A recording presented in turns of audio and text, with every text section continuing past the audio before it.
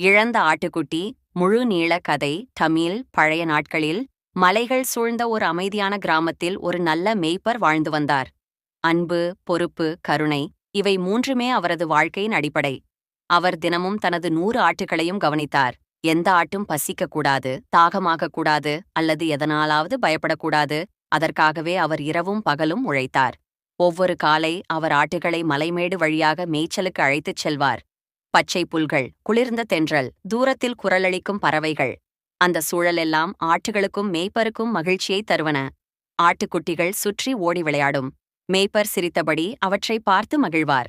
ஒரு மாலை சூரியன் மெதுவாக மறையத் தொடங்கியபோது மேய்ப்பர் வழக்கம்போல் ஆட்டுகளை வீட்டிற்கு திரும்ப அழைத்துச் சென்றார்.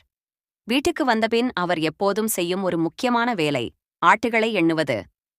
95, 96, 97, 98, 99. அவர் திடீரென்று நின்றார். ஒரு ஆட்டு. இல்லை. அவரது நெஞ்சு பதற்றத்தால் துடித்தது. எது தேடப்படவில்லை? யார் வந்திருக்கவில்லை? அவர் உடனே உணர்ந்தார். அது ஒரு சிறிய, வெண்மையான, மிக மென்மையான குட்டி. அதிர்ச்சியில் அவர் ஆழ்ந்த மூச்சை விட்டார். என் குட்டி, அது எங்க போயிருக்கும்? அவர் ஒரு நொடி கூட யோசிக்கவில்லை.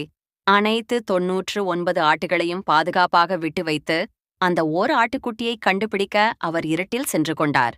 மலைக்குள் காற்று பலமாக வீசியது. காடு அதிர்ச்சியூட்டும் சத்தங்களை எழுப்பியது. இரவு இருட்டாகிக் கொண்டிருந்தது. ஆனாலும் அவர் பயப்படவில்லை. ஏனெனில் அவர் நினைத்திருந்தது ஒரே ஒன்று: என் ஆட்டுக்குட்டி என்னை நம்புகிறது, அதை நான் விட்டுவிட முடியாது.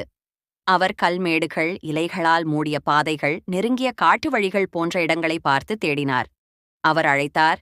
குட்டியே, எங்கே இருக்கே? நான் இருக்கேன், பயப்படாதே. சில நேரத்திற்குப் பிறகு மௌனமான இரவில் ஒரு குறைந்த சத்தம் கேட்டது. மே மே.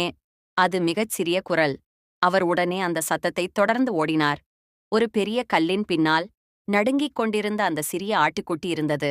கண்களில் பயம், உடல் அதிர்வு. ஆனால் மேய்ப்பரை பார்த்தவுடன் அது மெதுவாக முன்னால் வந்தது.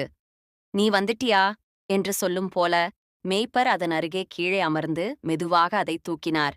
குட்டியே, நான் இருக்கேனே, நீ ஒருபோதும் தனியாக இல்லை என்று மென்மையாகச் சொன்னார்.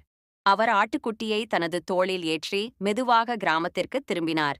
அந்த இருளான பாதை இப்போது ஒரு ஒளியாக மாறிவிட்டது. ஏனெனில் அன்பு இருந்தால் இருளே இருக்க முடியாது. வீட்டிற்கு வந்ததும் 99 ஆட்டுகளும் மகிழ்ச்சியுடன் துள்ளிக் கொண்டன. மேய்ப்பர் இதயம் மகிழ்ச்சியால் நிரம்பியது. என் ஒவ்வொரு ஆட்டும் எனக்கு முக்கியம் என்று அவர் நினைத்தார். ஒரு ஆட்டுக்குட்டியும் தொலைந்து போகக்கூடாது. நெறி, மாரல்.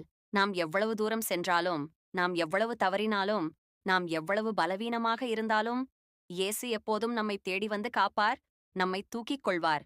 நான் இருக்கேன், நீ ஒருபோதும் தனியாக இல்லை என்று சொல்லுவார்.